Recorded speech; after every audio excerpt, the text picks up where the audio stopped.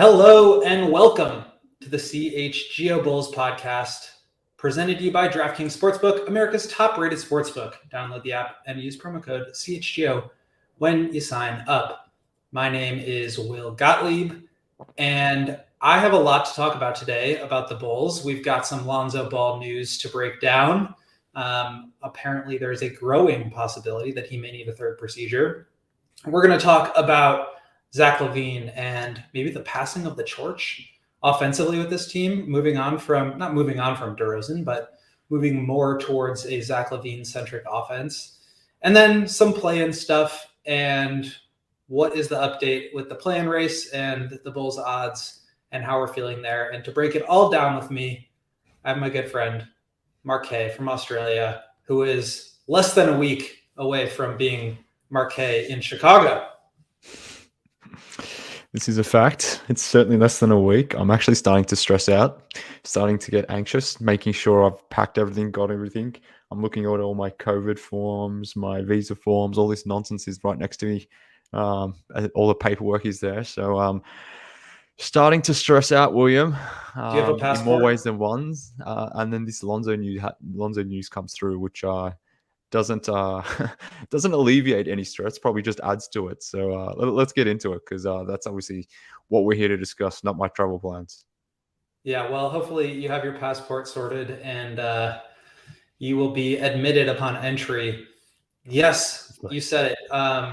Man, this Lonzo Ball news just keeps getting worse and worse. But honestly, I'm not that surprised. Let's just lay out the news for those who missed it this morning. Woj from ESPN reported that there is, quote, a growing possibility that Lonzo Ball may need a third surgery on his knee that would hold him back at least 6 more months. Joe Colley of the Chicago Sun-Times reported that there's still no decision yet, but it is trending that way. And Casey Johnson of NBC Sports Chicago followed up saying that the decision could be coming as soon as next week. For me, it wasn't getting better. It's been over a year now, like a year and 3 months, and we haven't really seen any sort of progress. So it's not that surprising that they would need to maybe consider other options, but it's still really painful to hear that. And just for Lonzo, what just awful, horrible news to not be able to ramp up to the point where he can get on a basketball court and start cutting and sprinting and jumping with the athleticism and force that he needs to be able to in order to get back on the court and play NBA games, to be held out for, a full year and a half at the very earliest. And we can talk about whether or not 6 months seems like a reasonable timeline, but man, that just sucks for him. And you really have to feel for him. 100%. 100%. I mean, there's the human aspect to this whole thing, rather. And it completely sucks for him. There's no getting past that, I guess. That's the really crummy part of this whole thing. The fact that his career has been put on hold, the thing that he loves doing the most, he just can't do for whatever reason. The issue I have with this, or maybe not even the issue with this, and maybe we don't know much about it because maybe they don't head down the surgery path. It's all being floated at the moment as a possibility, but I have to assume that this news coming out now is just a precursor to sort of suggest, oh, by the way, this is probably a thing that's going to be happening. So it sounds like this is going to be a thing that happens. This is like those tweets that it's like the Bulls and the Pelicans are coming to terms on a deal, or the Bulls are trending towards picking Ayo Dosunmu in the second round. It's like, it's going to happen. I mean, it's going to happen.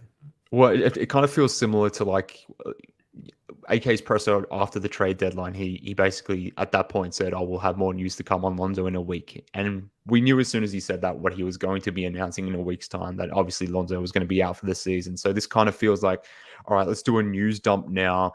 Let people know that, oh, by the way, there might be another surgery. And then in a week's time, we get confirmation that there will be a surgery. Obviously, I'm speculating here. Maybe things change, whatever. But that's kind of how it feels like, just reading between the lines.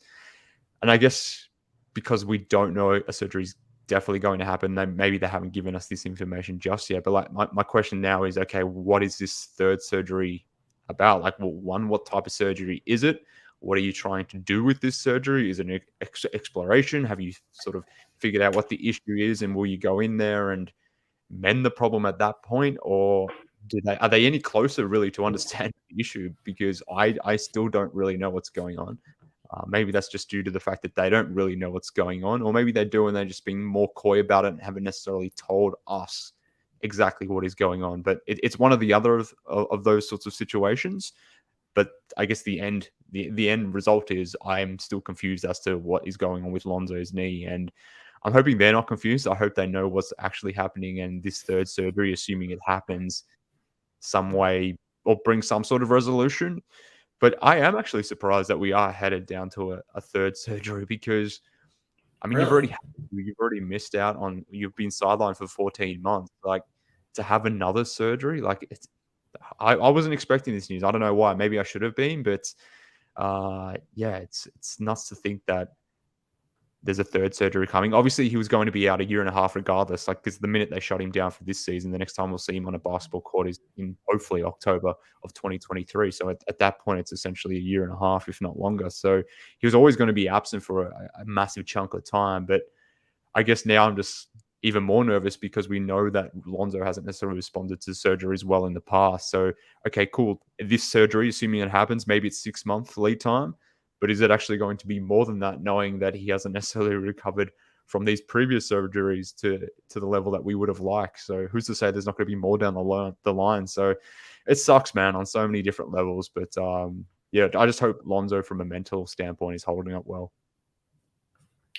Yeah, I think a lot to break down out of that. Obviously, like, I don't know what I'm talking about from like a medical standpoint, but from the outside looking in, it seems like he was able to progress to approximately the same level that he was getting to last year before they shut him down. And he's not able to like break through that barrier and get to the point where he can do that like fully dynamic running, cutting, jumping stuff that he needs to be able to do. The rumor was, I mean, I've seen this written in a couple of different places, that there was some sort of nerve damage or nerve impingement that happened with one of the two procedures, and that the hope was that that was going to dissipate and heal over time. Obviously, they're at the point now where that hasn't happened, and they may need to do some other sort of procedure. I'm not sure exactly what that would be. But yeah, I mean, I can't imagine a world where he is just like fixed on his own at this point. You know what I mean? Like, I just, the amount of time that it's been since even his last procedure in September, it just seems like he would have started to see the amount of progress that we need to see in order for him to get better by now. And it just seems like that hasn't even gotten close. Obviously there was a whole thing about like those videos that he posted and his running gait looking weird, and him talking about maybe changing the way that he runs. I mean, it's just like, it's all sorts of bad news. And I mean, this doesn't even get into any of it from the Bulls' perspective, but man, just for him and to miss that much time at 25 years old. And for me, it's like players who play with that much joy and who just like, yeah, who just like look like they're having that much fun. I mean, it has to hurt even more. Like, all of these guys put their entire lives into this, but some people just have way more fun playing basketball than others, whether it's Steph or I don't know. Like, there's just these guys that like really bring joy out of the game. And Lonzo, to me, was one of those guys. It really sucks. I hope we get to see him again, but I think it brings up larger questions about his longevity, whether or not he'll be able to come back at all, and certainly what the Bulls are going to be in for now, in terms of adding to this roster, in terms of trying to just improve in general, or maybe take a step back so that they can then improve. But with the cap implications the way that they are, and we can talk about how that looks, it's just going to be really difficult. But they do have some options. Right now, they are right up against the luxury tax, obviously, and that's why I think the disabled player exception was not really on the table this year. Not to say that that's right or wrong, but what we know about this front office and ownership group is that they're not going to go into the tax. So even if they were granted this disabled player exception, that money would apply towards the salary cap. So if they did use it, they would have to go into the tax, given that they're right up on that line. That was never going to happen. So it stands to reason that they wouldn't do it. That's fine. It is what it is. But next year, I think the cap is set to be at 134 million, a little bit up from what it was last year. The tax will be 162, about $7 million over what it was last year. If they have $62 million in cap holds for Vooch, for Ayo, Kobe, Javante, and they have 122 million in guaranteed money, including Lonzo, with only 10 roster spots. So given that, they're going to be more likely than not above the cap, which makes things very difficult. They are going to still probably be right up against the tax if they want to bring this group back. And I mean, that's not even to start the conversation of should they bring this group back? Should they go and operate above the tax and be right up in the luxury tax line for a group that's winning, 36, 37 games this year? Yeah.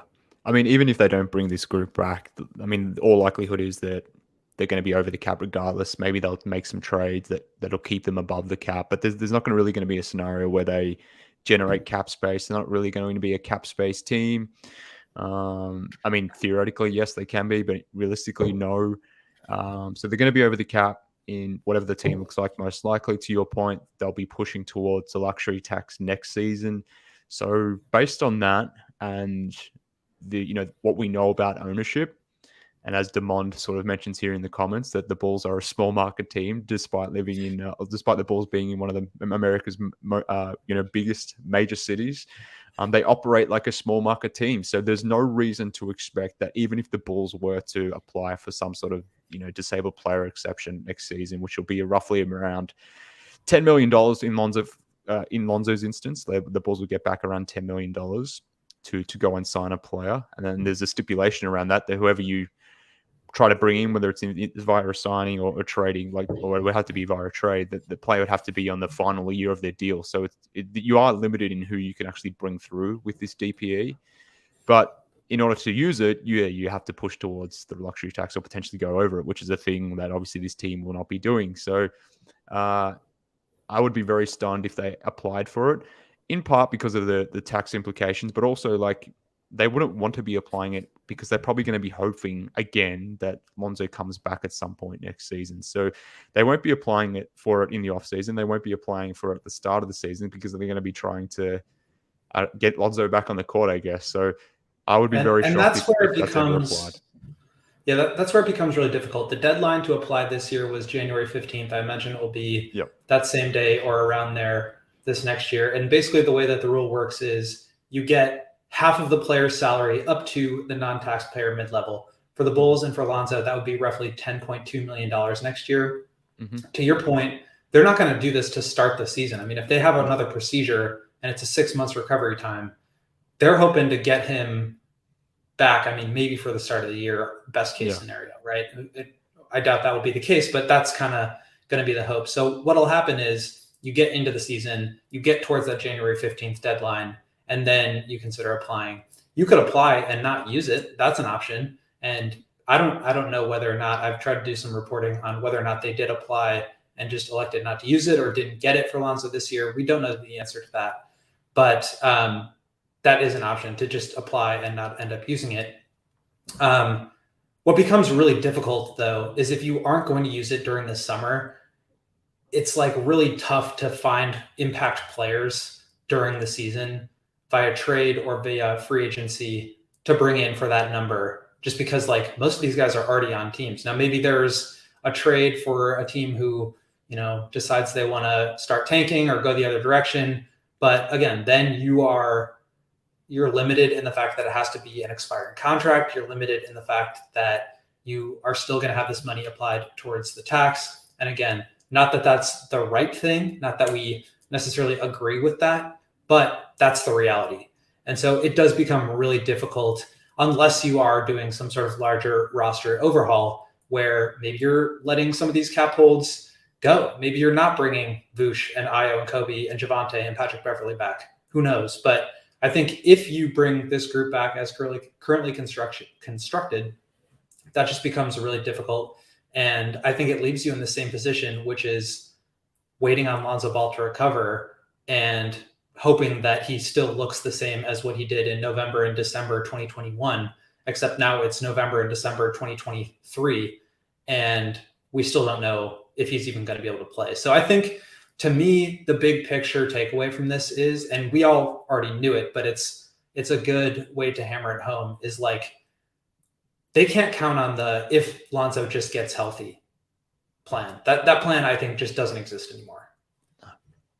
No, completely agree. You can't rely on it. You can't be basing your decisions around Lonzo coming back. Like, if anything, at this point, it'll be a nice luxury, assuming it happens. And that assumption that it happens is, who knows? It's a massive, massive if at this point. Like, if he's missed half of last season, all of this season, and who knows when he comes back next season, assuming he comes back at all. Like, there should be zero reliance on Lonzo. And even if he does come back, like, what version of Lonzo are you getting back?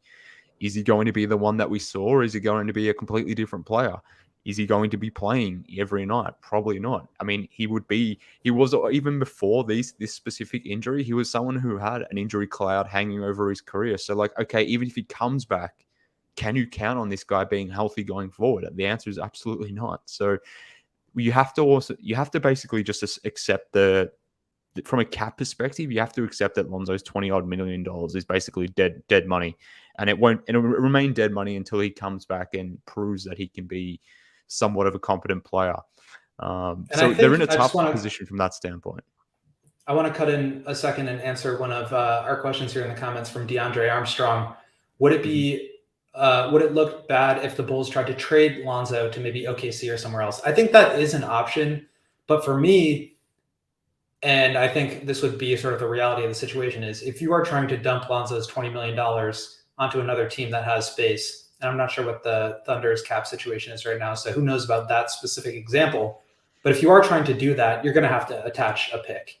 And the Bulls, as somebody else in the comments already pointed out, Damon says, this wouldn't be as bad as if the Bulls didn't already owe a first to the Magic this year and the Spurs in 2025. Like, they're already out a couple of draft picks. Adding on to that in order to get off money is a really tough pill to swallow. And so I think that's what is maybe part of the reason why this is going to be so difficult, not just for Lonzo or for like the Bulls long term, but it's just like, I don't really see a way out of this situation with the group as currently constructed. I think we've all kind of come to terms with the fact that this squad isn't really it, and they're going to have to make some changes, but you're going to have to make some changes knowing that money, I think, is going to be on your roster, barring like some miracle trade where you're either not giving up a pick or you're getting some impact player back.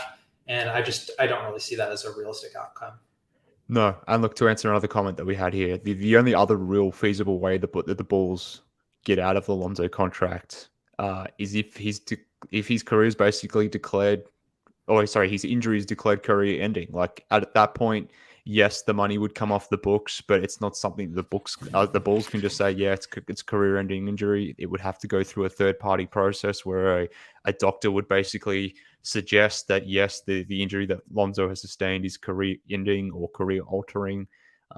There are a number of processes and hoops that you have to jump through in that regard. So that is one way that the Bulls could get out of this, but ultimately it would need to be declared that Lonzo has suffered a career-ending injury effectively, which he may not agree with. Maybe the Bulls don't agree with. So that's another option. It's probably the nuclear option. It's probably the last resort, something I don't think the Bulls or Lonzo will be exploring anytime soon. So that is another thing that should be mentioned, but I don't think it's heading down that path at this stage anyway. So any way we want to take this conversation, it's not good news, obviously. Why would it be, given the state of things? But to your point, William, like, whatever the situation is, whether it's applying for DPEs, thinking about career-ending injuries, whatever the situation is, like, to your point, like, you just can't plan with Lonzo being around anymore, or you can't plan on him starting for you come opening night next season. You can't plan on him being your best point guard option, because You don't know when he's coming back. And even if you did know when he was coming back, or he does come back at some point, you can't categorically say that he's going to be your best point guard option going forward, because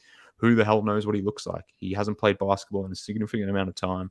He may not be the same player anymore. So we just shouldn't be relying on Lonzo Ball going forward. And unfortunately, that's just the weight of the situation, or the reality of the situation, which sucks. Sucks for us, but it sucks even more for Lonzo. So yeah, just terrible news all around. Yeah, and I think just, again, sort of getting into the bigger picture, long-term implications for the Bulls, like we don't need to spend too much time on it, but like Arturas was sort of saying after the trade deadline in his availability that like they've been able to make moves above the cap. They've been able to make additions really creatively in order to put a competitive team together, and the Bulls were competitive. So I understand from the standpoint of like there is proof of concept that this team, as currently constructed, as healthily constructed, could be really good. But I think we can agree at this point that like you can't bank on that anymore, just with the way that Lonzo's injury has gone and what it means for him. And so it's going to take a lot more of that same creativity. But to me, this is like sort of the final nail in the coffin in terms of if you had any doubts about there needs to be change with this roster, if you're Arturas, like this has to be the closing of the door, so to speak. That could change. We don't know, but obviously we'll keep you updated. And it seems like there will be some resolution on this next week. Hopefully, we hear some good news, but again, we're not really expecting it at this point. We do have more to talk about in terms of the Bulls on court and how they're looking. And Zach LaVine, specifically in the way that he's playing lately, has been just completely on fire. But first, I want to tell you guys about our friends at FOCO. You have already got the best coverage of your favorite Chicago sports teams, so you may as well get fitted out in the best Chicago sports gear around. FOCO has you covered from Soldier Field to the living room, north side or the south side, with hoodies, slippers, signs, bobbleheads, and everything in between. Get decked out in a fuzzy, one-color tracksuit like DeMar DeRozan with apparel from the leaders in sports merch and collectibles. That's FOCO. Looking for the best, perfect gift for a football fan in your life, for a basketball fan, baseball's around the cover. FOCO's got you covered with hoodies to fight the Lake Michigan breeze. It's still pretty cold out here. Sorry to tell you, Mark. It's probably going to be cold when you're here. But FOCO's got you covered with hoodies and sweatshirts to keep you warm. So go check out FOCO.com or click the link in the description below. For all non-presale items, use promo code CHGO for 10% off. Yeah, I think I need to jump on FOCO and definitely get another jumper or two. But I don't have any winter type shoes. Like I've never experienced the type of cold you guys have. So I've just been realizing my thin Vans are just going to cop an absolute beating, and I might need to buy some more shoes. But if not, then I need to buy like 2 or 3 layers, or have 2 or 3 layers of socks. So I'm going to be jumping on FOCO.com and getting some socks. I think I'm going to need more than the number of pairs that I've got.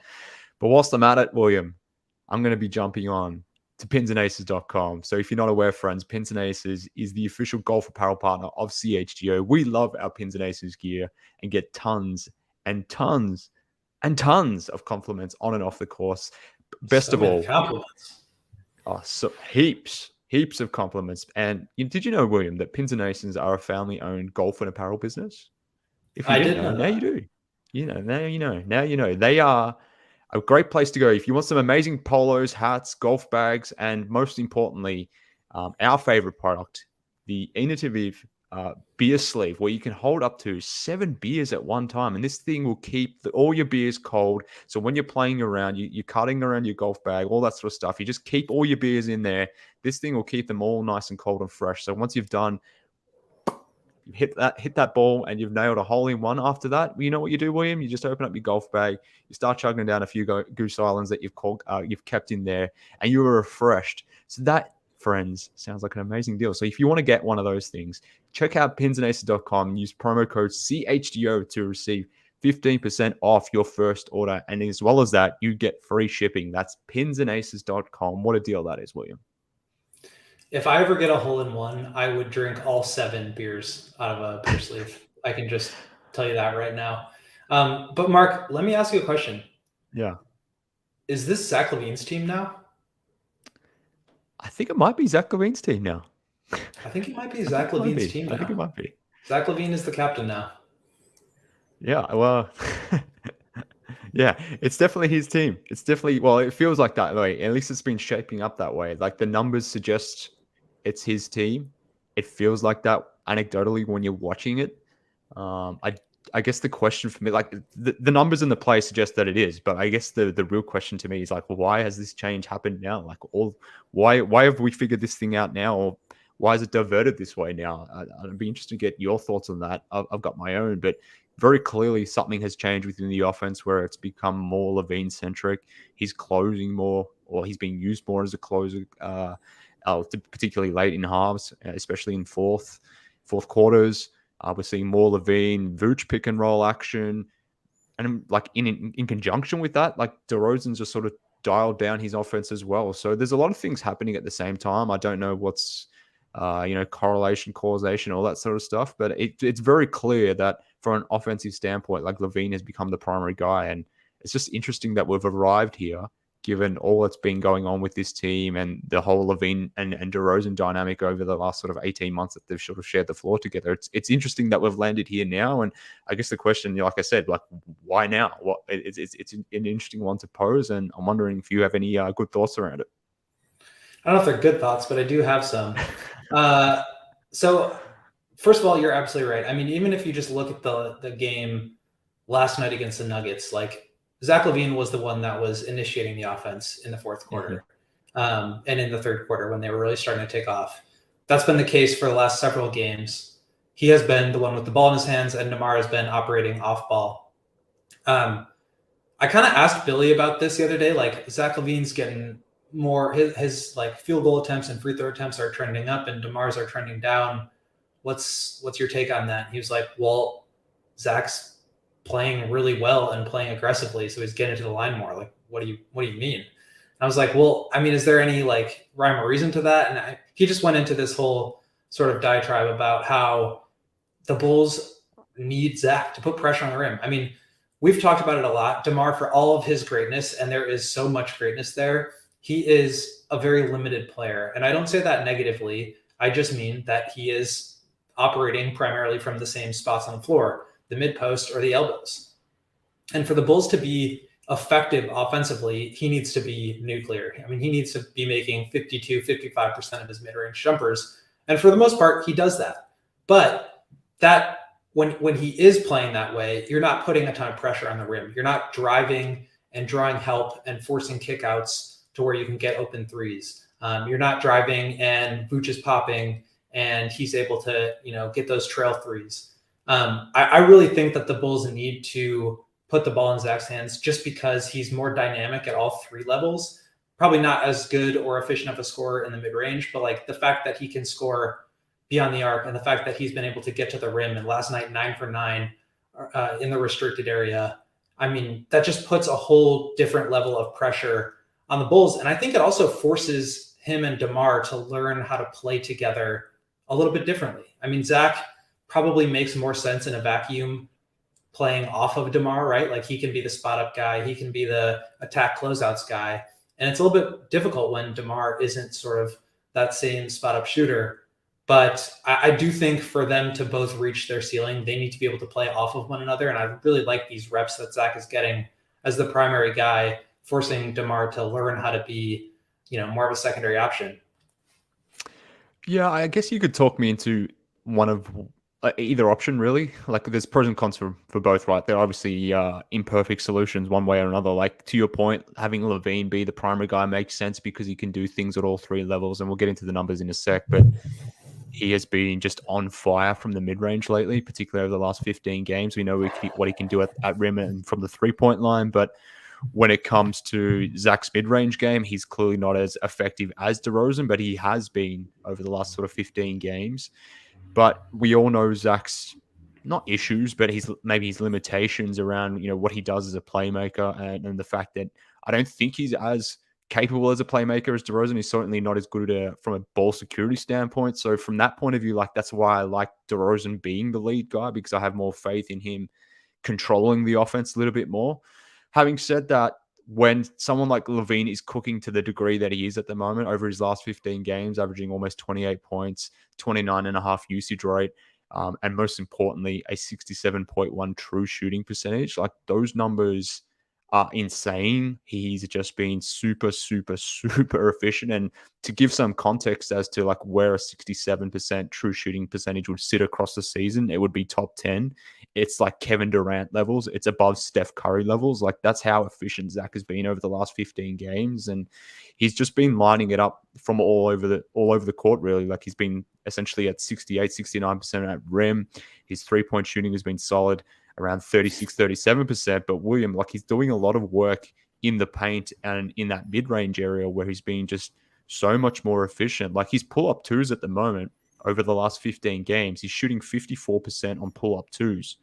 Now, that's a pretty amazing number considering on the season he's been in around 42, 43%. So there's been a massive leap from that standpoint.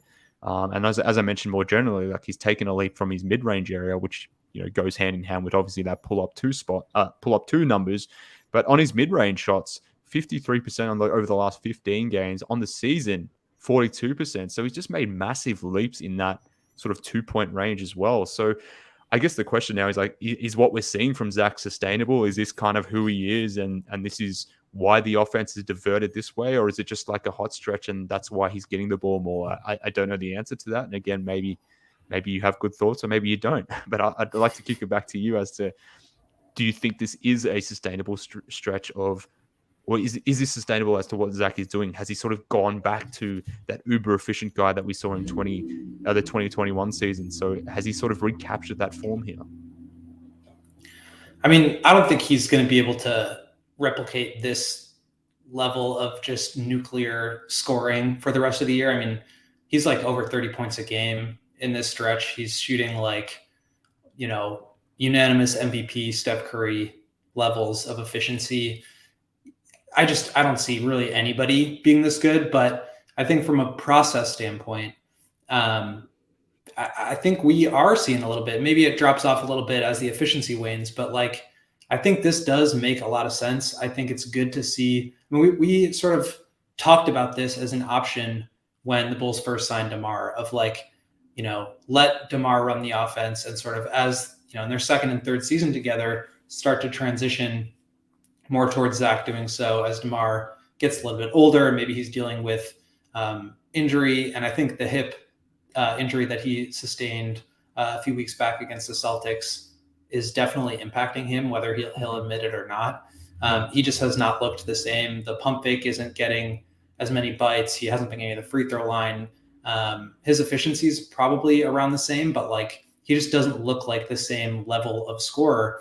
And it's a good thing the Bulls have two of those guys. Like DeMar's not going to be playing at this low of a level. And it's not like he's, just been terrible out there. Like he's just not, all-star caliber DeMar DeRozan that we're used to. And there's going to be stretches where Zach is not this good and where he looks maybe more like he did at the, middle part of the season. But I think it is really good news that Zach is playing like this. Obviously, like, you just want him to be the best version of himself, but to come off of, I kind of mentioned this last night, like starting the season the way that he did with some scare about his knee and the recovery from that surgery, to get him back at this level, I think at any point during the season was a big win, but like he's really exceeding my expectations. Like this is some of the best basketball, best stretch of basketball that I've ever witnessed from him.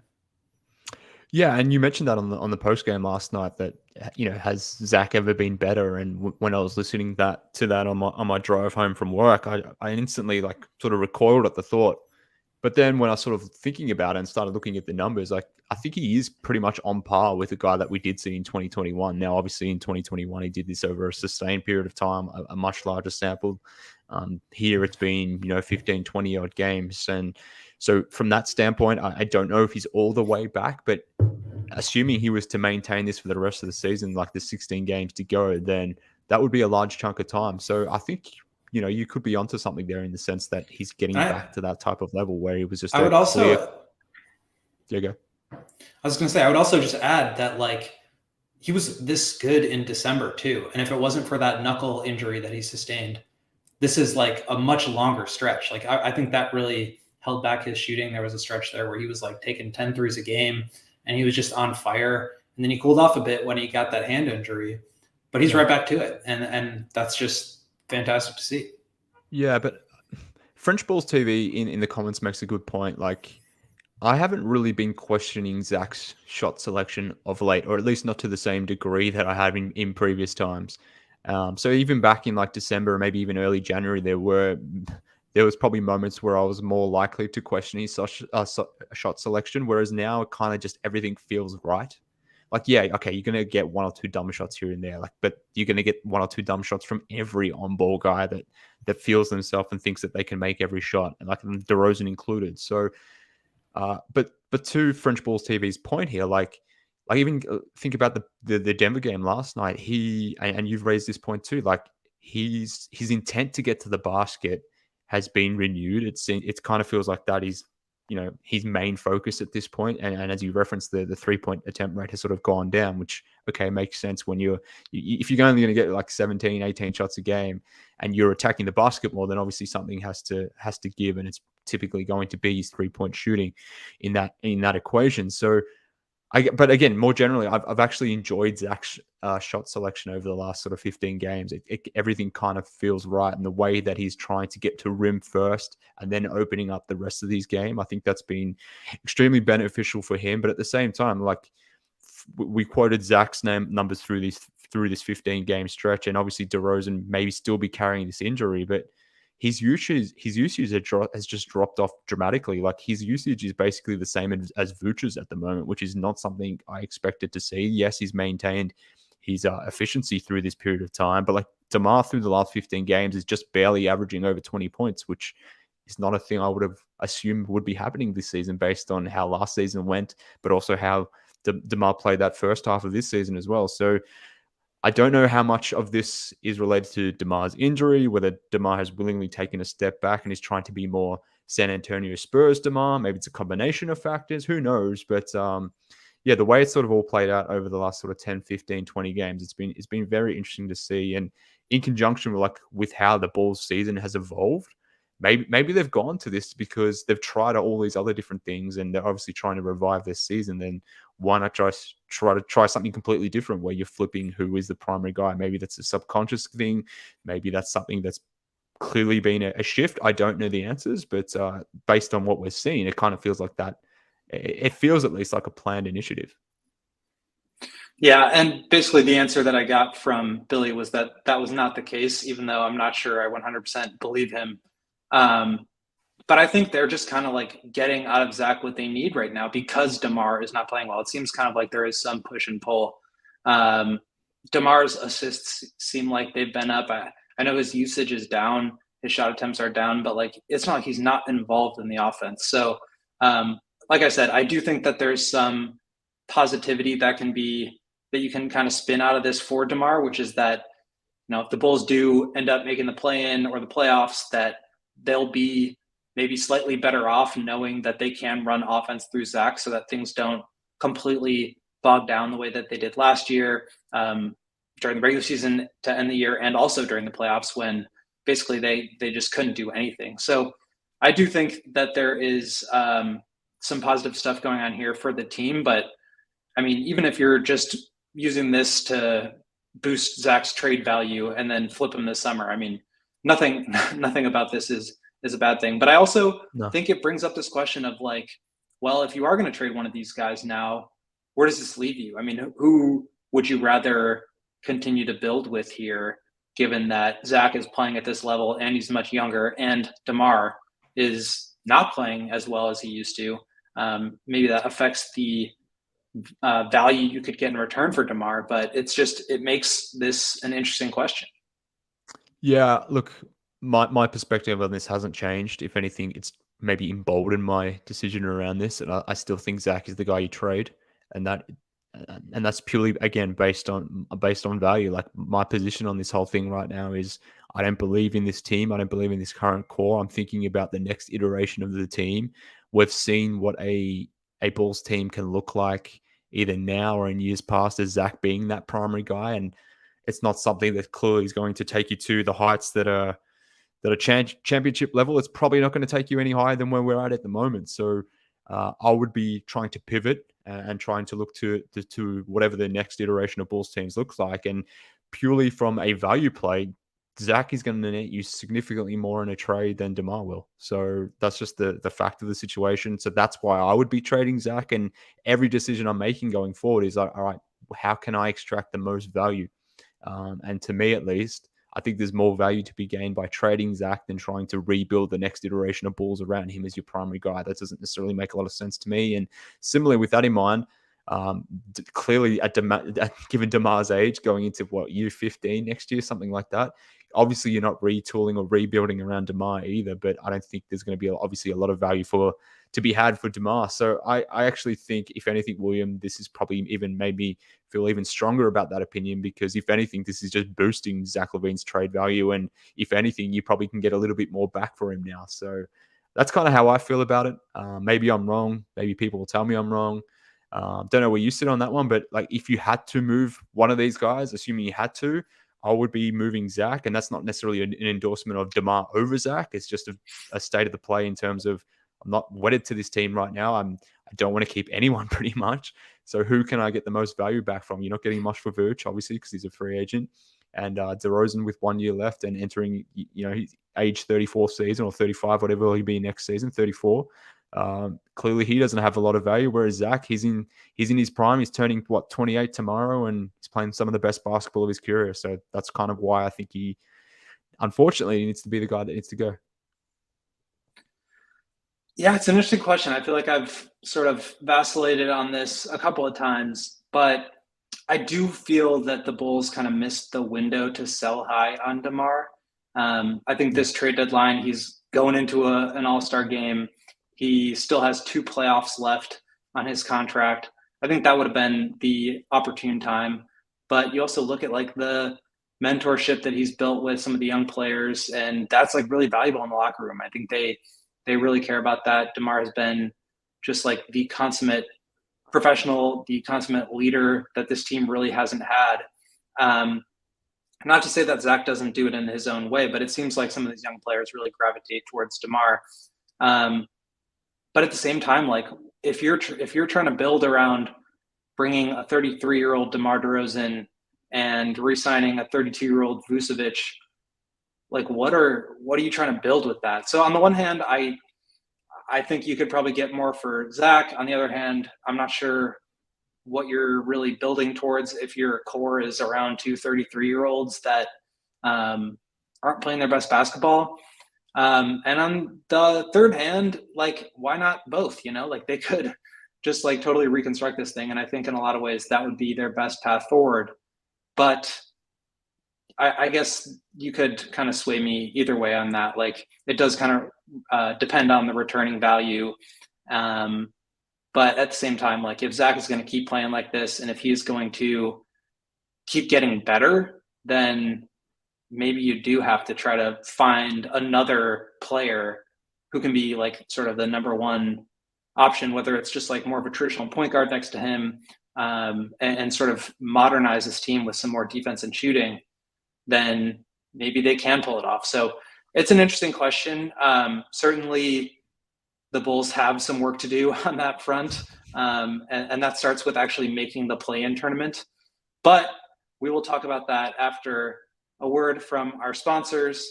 You guys know about DraftKings. We talk about DraftKings every day. They're our presenting sponsor, and that is because they are an official sports betting partner of the NBA. Just one of the best sports book in America. And I go there all the time for my no sweat same game parlays. Joey is there all the time for his first bucket, Zach LaVine, when Patrick Williams is on the bench, and almost hit last night, but Zach's 3 rimmed out. DraftKings is it's just like the best place to make bets. You will get bonus free bets if you download the app using promo code CHGO. If you bet $5 and get $200 in bonus bets instantly, only at DraftKings Sportsbook, an official sports betting partner of the NBA. Make sure to use promo code CHGO when you sign up. Minimum age and eligibility restrictions apply. See show notes for details. Mark, can you tell our friends about Game Time? I can, and I will, William. Once people have downloaded the DraftKings app, please, friends, go and download the Game Time app. So if you're not aware of what the Game Time app is, well, friends, it is the hottest new ticketing site that makes it easier than ever to score the best deals on tickets, whether it's to sporting events, concerts, to shows, comedy shows, whatever you want to go to, basically. Head on over to Game Time. They will hook you up. So if you've ever dreamed of sitting in a seat that you never thought you could before, whether that's at the 50-yard line in an NFL game, whether that's behind home plate, baseball's coming back soon. So if you want to get your hands on some baseball tickets, obviously floor seats at a concert, or more importantly, if you want to go to a Bulls game, you can do all of that via the Game Time app. So you will not find better deals. I can guarantee you this. You will not find better deals for tickets this season for Bulls games. And I know this personally because I've been inquiring about it. Clearly, I'm coming to Chicago next week. I want to get to Bulls games. The way that I've been sort of looking at tickets, the way I've been trying to secure tickets is through the Game Time app. So I've actually downloaded this on my phone. I've got the website saved as a bookmark on my computer. I've been looking for Bulls tickets, and I'll be buying my Bulls tickets through the Game Time app. So if you want to score some truly great prices on Bulls tickets or any other event, then head on over to the Game Time app. So if you love what we do here at CHGO, then I can guarantee that you're going to love the Game Time app. And it is the best way to support us is to be buying your tickets through the link in the description of this episode of the podcast. So join over 15 million who have downloaded the Game Time app and score the best seats to all your favorite events, friends. Yes, indeed. Mark, I think you bought tickets for Wednesday's game against the Kings. I know you purchased those using the Game Time app, and maybe you'll get a couple more games in while you're here. But let's talk about the play-in, because that race is really real right now, believe it or not. The Bulls are sitting 11th as we speak at 30-36. They are one game out of the 10th seed. The Wizards are currently in the 10th spot at 31-35. And then the Raptors, 32-35, are just a half game ahead of them. With the Pacers, obviously the Bulls had that bad loss the other day against the Pacers. They're sitting one game behind the Bulls. The Pacers currently have the tiebreak over the Bulls. The Raptors currently have the tiebreak over the Bulls. And the Bulls and the Wizards have split their season series. But the Bulls have a better conference record. And it's looking like that will remain the case pretty much however this season runs out. So there's a good chance the Bulls have the tiebreak over the Wizards, which is really what they need to do right now is get to that number 10 spot. So how are you feeling about the play-in? Let's just start from the standpoint of do you think they're going to make it? And just for some perspective, as soon as I ask you a question, I'm going to cut you off and say that right now, 538 gives the Bulls a 13% chance of making the playoffs. Basketball Reference gives them a 15.1% chance with a 23.7% chance of getting in as the 10th seed. So what do you say, Mark? Play in or nah? How can you have any faith in this basketball team? I mean, that win last night. I didn't say I did. I'm just asking. I know. But I'm answering your question, William. I'm answering your freaking question. They went into Denver last night, a team that barely ever loses at home, and they won by 20-something points or whatever it was in the end. They completely demolished the one of the best teams in basketball, arguably the MVP. They just demolished them in the second half. And despite that, I have no confidence in them and their ability to go into Houston on Saturday and beat the freaking Rockets. I don't understand this team. I will never understand this team. Just a weird, just a strange team. We talked about it last week. They had some amazing wins and just some absolutely terrible losses. And I know all teams go through bad stretches and have good wins, bad losses. But for this team, it just feels like it's been taken to another level. So will they get into the play-in? I think they can. Do I have any faith in them doing so? Absolutely not. Why should I? Why should anyone have faith in this team getting into the play-in? And it's not entirely on their control as well. They don't have necessarily the tiebreaker situations with some of these teams that they're competing against. So obviously the Bulls have to control what they control. But even if they do, it may come down to a scenario where like tiebreakers are enforced and they still miss out. So I think I'm ultimately going to sit on the situation where I think they do get the 10th spot. They've probably got more of an advantage in the sense that their strength of schedule is a little bit weighted more favorably than some of these other teams. Having said that, like ultimately they have to play 10 games against teams that are above 500, which maybe is a good thing, maybe it's a bad thing. I don't know. Depends on how the Bulls are sort of engaged on in any specific moment. So I don't know how I feel about it, I guess, but I think ultimately they're going to land in 10th. I don't know if they're going to get any further than that, but yeah, I think my official prediction is that they will get 10th. Woo! 10th. Congratulations, the 10th seed in the East. And just for more context here, the Bulls have a remaining strength of schedule of 0.499, so almost a 500 win percentage. The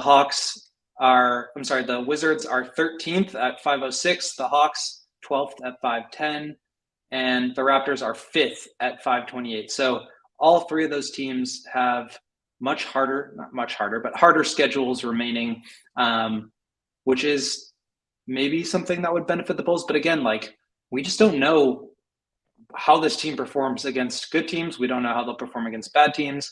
And last week we were talking about like the good wins. I was kind of looking back at it and like they had a good win against the Warriors in like mid-January, and like they beat the Nets to break up their win streak a couple games before that. But like we haven't really seen a really good win in a month and a half, 2 months. And that win last night was definitely a good win against a really good team on their home court where they were 30-4, now 30-5. I will say this doesn't change who I think this Bulls team is, and I don't think really anything will unless like their record gets to that point. Like basically at this point in the season, the Bulls are who their record says they are. And that's kind of my stance. So if they get their record up to 42-40, then they will strike me as a 42-40 team. If they finish the season 36-46, they will strike me as a 36-46 team. And I'm not sure if there's going to be a situation where I kind of believe in them more than their record. So we'll see. I do think, and we can get into like whether or not we believe they should make the play-in or we want them to make the play-in.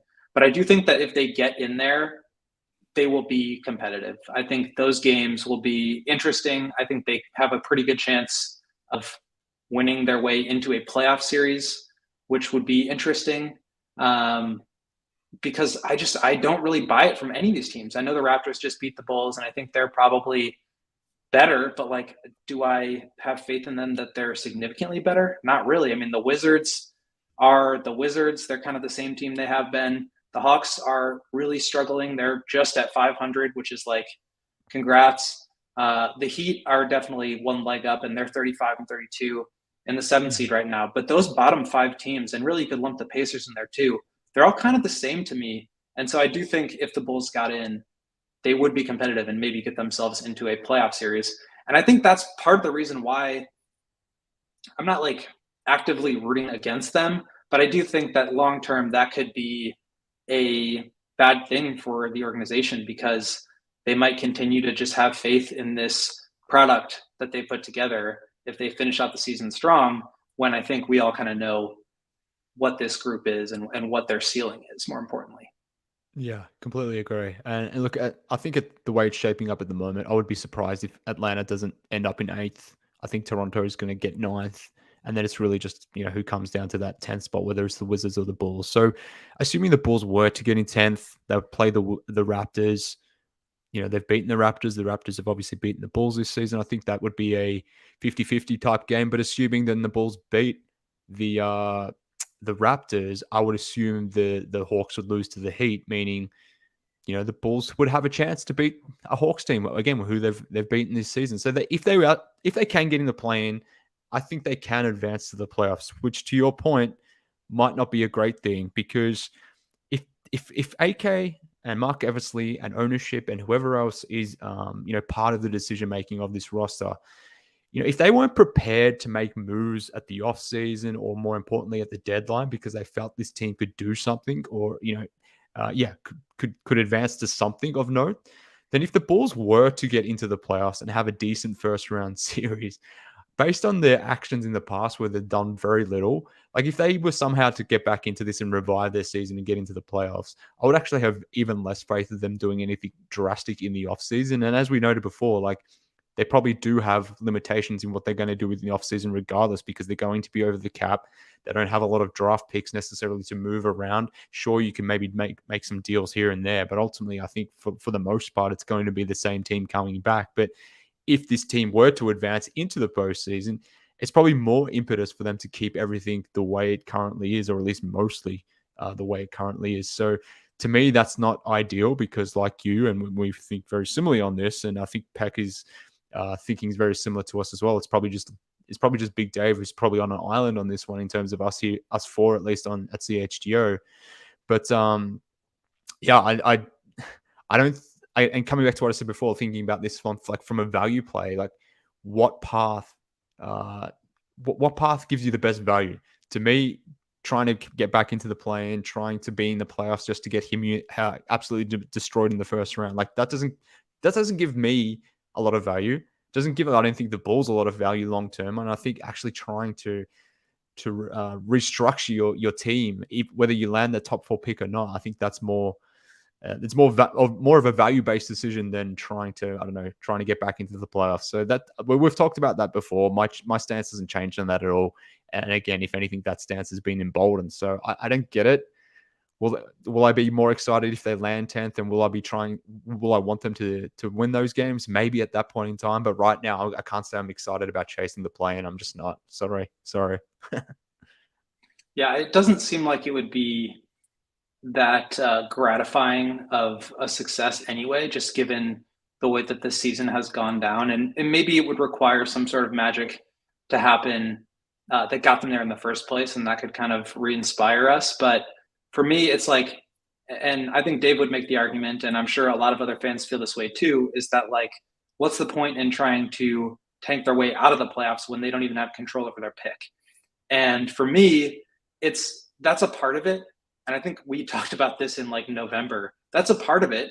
Right now, the Bulls are sitting at, of course, the 7th worst record in the league, which gives them a 31.9% chance of keeping their pick, 7.5% chance of winning the lottery.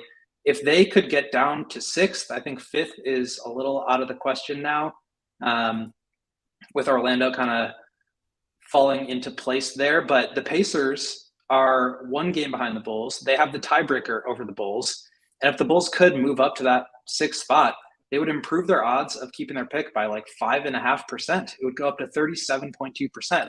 And so you're just giving yourself the best chance. And I think if we're talking about value and the importance of playing to probabilities, like, yes, a team could jump the Bulls and get into the lottery and leave the Bulls picking 7th. But like, at the end of the day, you just have to do what's best for your organization, your team, and the future. And for me, I just don't really see a future with this group. And so I don't necessarily want to see them tricking themselves into thinking that there is a future with this group. And I also think that the best possible path forward is to get lucky in the lottery.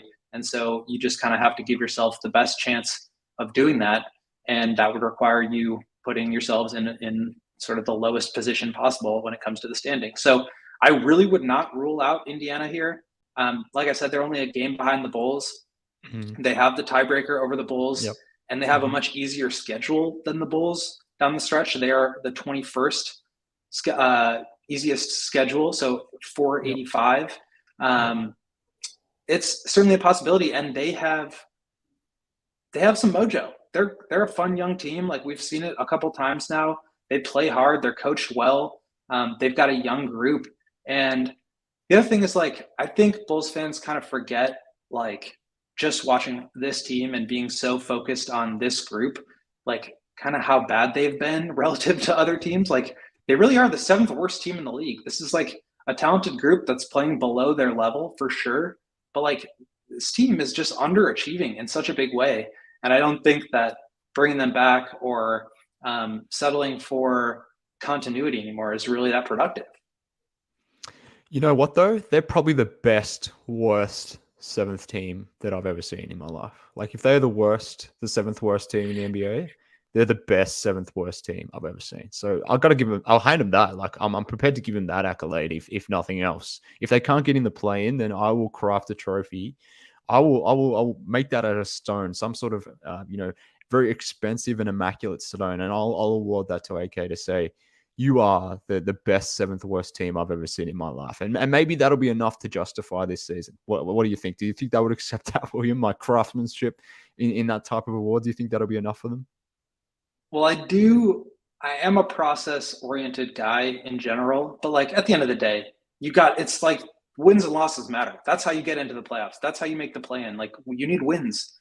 And like it almost just like doesn't matter to me what the process is anymore because we know what the result is. So to answer your question, no, that does not matter to me. I don't care about craftsmanship. I don't care about consolation prizes. Like this team is the seventh worst team in the league. Like they got to do something.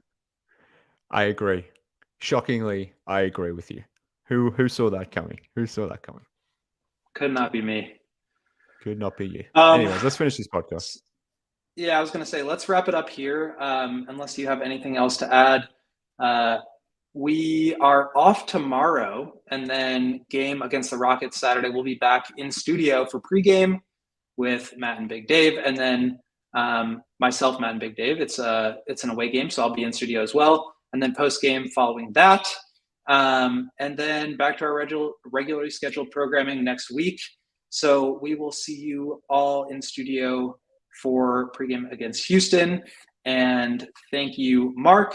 Thank you to Joey, managing the controls behind the scenes, as always. And thank you to our friends at DraftKings. Make sure to sign up using promo code CHGO. Mark, we will talk soon. I will see you soon. And to you guys watching and listening, thanks so much. Next time I see you, I'll actually see you in person. That's pretty weird. It's going to be so weird. I've known you for like 10 years and I've never seen you in person. That's going to be wild. But anyway, thank you guys for tuning in and listening. We will talk to you next time.